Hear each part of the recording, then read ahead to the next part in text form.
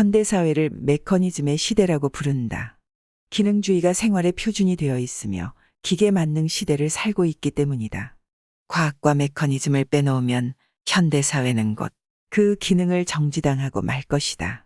기술과 기계가 모든 것을 지배하는 현상으로 탈바꿈한 것이 오늘의 현실이다. 절대다수의 인간이 농촌을 떠나 도시로 모여들었고 도시 생활은 그 자체가 기계적인 움직임 속에서 이루어지고 있다. 기계를 떠나서는 도시 생활이 불가능해진 까닭이다. 그리고 오늘의 경제 생활은 기계적인 생산과 소비로 점차 변질되어 가고 있다. 그 기능이 강화될수록 우리의 생활은 편리해지며 더 많은 것을 향유할 수 있다. 그러나 여기에서 문제가 발생했다. 이런 변화가 찾아오는 동안 우리는 자연을 상실하였고 생활의 여백을 빼앗겼는가 하면 정서적인 고갈을 면할 길이 없어졌다. 한마디로 정서적인 여유를 잃은 것이다. 근로자들은 종일 기계와 씨름하면서 기계의 부속품인 양 일해야 한다. 관리자나 판매업에 종사하는 사람들은 빽빽하게 짜인 시간에 구속을 받으면서 팽팽한 조직 속에서 뛰어야 한다. 우리는 일할 줄은 알지만 살 줄은 모르는 현실로 뛰어들고 있으며 삶의 목적과 의미가 무엇인가를 물을 마음의 여유조차 잃은 지 오래다. 물론 그렇게 살지 않는 소수의 사람들도 있다. 그러나 그들도 마침내는 같은 현실에 매몰되고 말 것이다. 나는 우리나라의 한 작가가 미국에 갔다가 미국 작가들이 타이프라이터로 작품 원고를 쳐내는 것을 보고 돌아왔다는 기사를 본 일이 있다. 타이프라이터로 소설을 쓰고 시를 창작한다는 것은 그 작가로서는 상상도 할 수 없었던 일이었다. 그러나 우리 후대들은 또 같은 길을 택할 것이다. 기계의 도움과 혜택을 외면하고서는 그 결실을 가져오기 어렵게 된 것이 우리의 현실임을 어쩌겠는가. 이러한 사회 변화와 역사의 추세가 반드시 잘못되었다고는 생각지 않는다. 그러나 우리의 삶이 일방으로만 치우치면 거기에는 돌이킬 수 없는 불행이 뒤따를 수도 있다는 사실을 망각해서는 안 된다. 생활에는 언제나 균형이 있어야 하고 역사는 항상 정도를 걸어야 한다. 그러면 이러한 현실 속에서 우선 우리가 택하며 수정해야 할 방향과 자세는 어떤 것일까? 쉽게 생각해서 생활의 여유를 찾자는 뜻이다. 기름을 치지 않는 기계는 고장이 나며 휴식을 취하지 않고는 더 큰 일을 해낼 수 없듯이 생활의 여유가 사라지면 인생의 값진 결실을 찾을 길이 끊기기 때문이다. 그러면 그 여유를 찾는 길은 무엇인가? 우선 현대인들은 자연과 접할 기회를 많이 가져야 한다. 현대인들의 지병은 스스로 자연을 파괴하고는 그 자연에 대한 향수를 채우지 못하는 데 있다. 과거와 달리 농촌이나 휴양지를 찾는 도시인이 많아진 것이 바로 이를 입증해주고 있다. 자연은 인간의 어머니이면서 삶의 고향이다.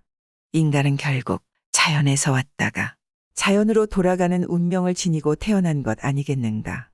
그런 점에서 현대인들은 자연을 사랑하고 위해주며 자연과 공존해야 한다는 하늘의 도리에 어긋나지 않아야 한다. 녹색 지대가 있는 공장, 푸른 숲이 보이는 사무실이 있어야겠다. 유럽에는 이상적인 생활 환경이 계획되어 있다. 대도시를 없애고 농장과 아파트가 공존하는 생활상이 그것이다. 인간은 결국 자연과 가까울수록 행복해지며 마음의 여유를 갖기 마련이다. 둘째, 일상생활에서 공사를 구별할 수 있습니다. 아직도 직장에서 사적인 일을 하는 미숙한 직장인이 있고 집에 돌아와서도 공직에 빠져 사는 열성파도 있다. 직장에서 자기 일을 하는 것은 잘못된 자세다. 그렇다고 해서 24시간 전부를 같은 일에 몰두하는 것도 좋은 습관은 아니다. 외국의 교수들은 연구 활동은 대학에서 하고 사생활은 집에서 한다는 생각이 뚜렷하다. 아침 일찍 대학에 나가 연구와 강의에 열중하고 오후 늦게 귀가한다. 나머지 시간은 가족과 함께 즐긴다. 그러니까 일생 동안 연구 활동을 계속해도 무리나 강박관념에 빠지는 일이 없다. 외국 교수들이 집에는 책을 두지 않는 이유가 거기에 있다. 오히려 가정에서는 취미 활동 같은 데 시간을 쏟는다. 그들은 더 큰 일을 하려면 마음의 여유가 필요하다고 생각하고 창조적인 노력은 그것을 뒷받침할 정신적 여백이 필수라고 믿고 있다. 그들은 급한 일이 생기면 학교에 가서 일을 하고 다시 돌아오곤 한다. 생활에 공간적 변화가 있다는 것은 여유를 만들어주기 때문이다. 정신적 여유와 생활의 여백을 위해 우리도 생각해 볼 문제라고 하겠다. 셋째, 독서와 예술 등을 통하여 스스로 마음의 여유를 만들어가는 것이다. 현대인은 지성인이어야 하고 또 문화인이어야 한다. 지성인이란 책을 읽고 생각할 수 있는 사람이다. 문화인은 문화적 유산을 즐기며 문화에 참여할 수 있는 생활인이다. 그러나 우리가 말하는 것은 지성인이 되고 문화인이 된다는 그 자체가 아니다. 책을 읽고 생각할 수 있는 사람은 일과 사물을 객관적으로 보고 대할 수 있기 때문에 삶의 여유를 가질 수 있다는 뜻이다. 문화를 접하며 문화적 참여를 즐길 수 있다는 뜻이다. 직접 문화를 접하고 참여를 즐기는 사람은 언제나 정신적 여유와 생활의 여백을 가질 수 있다. 1년 내내 한 권의 책도 읽지 않았다든지 어떤 문제에 대한 생각을 정리해 본 일도 없었다면 어떻게 생활의 여유나 마음의 공간을 가질 수 있겠는가?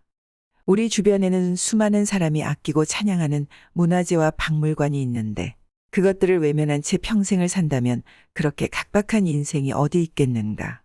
물론 이러한 정신적 가치는 깊을수록 더 많은 것을 깨닫게 해주며 세월이 갈수록 더 풍부한 것을 배우게 만든다. 그러나 수준에 따라 누구나 접할 수 있고 택할 수 있는 길이다. 낮에 기계와 씨름한 사람이 수필이나 시 한 편에서 인생의 여백을 음미할 수 있다면 얼마나 좋은가. 종일 피곤하게 사람들을 대하다가 저녁에는 명화를 감상하거나 위대한 작품에 영혼을 기울일 수 있다면 어느 편이 더 귀한 인생이겠는가. 그럼에도 불구하고 우리는 노력만 한다면 얼마든지 얻을 수 있는 정신적 업적과 문화적 혜택을 외면하면서 살고 있다. 혹은 그러한 인생을 살기에는 자신의 소양이 부족하다고 미리 자탄하는지 모른다. 책 읽을 시간도 없고 정신적 내용을 섭취하거나 교류할 기회와 여건이 완전히 없어서야 되겠는가. 마음의 여유를 가지려면 자기를 잊을 정도로 즐길 만한 시간이 때때로 있어야 한다. 그것이 스트레스를 해소하는 방법이며 즐거운 여행 레크레이션이라고도 부른다. 새로운 출발과 창조적 활동을 위해서는 긴장을 해소시킬 시간이 필요하다. 긴장과 정신적 부담을 풀어 소멸시키는 일이 현대인에게는 무엇보다도 중요하다. 선하고 아름다운 인간관계를 통해 더 많은 것을 배우고 더 가치 있는 일을 하기 위해 새로운 자신을 찾는 노력이 필요하다. 그런 점에서 우리의 인격은 일과 더불어 자라며 일은 생활의 여유를 동반하게 하여 더 고귀한 결과를 초래한다. 우리가 생활의 여유를 고귀한 인생의 지혜로 삼는 이유가 여기에 있다.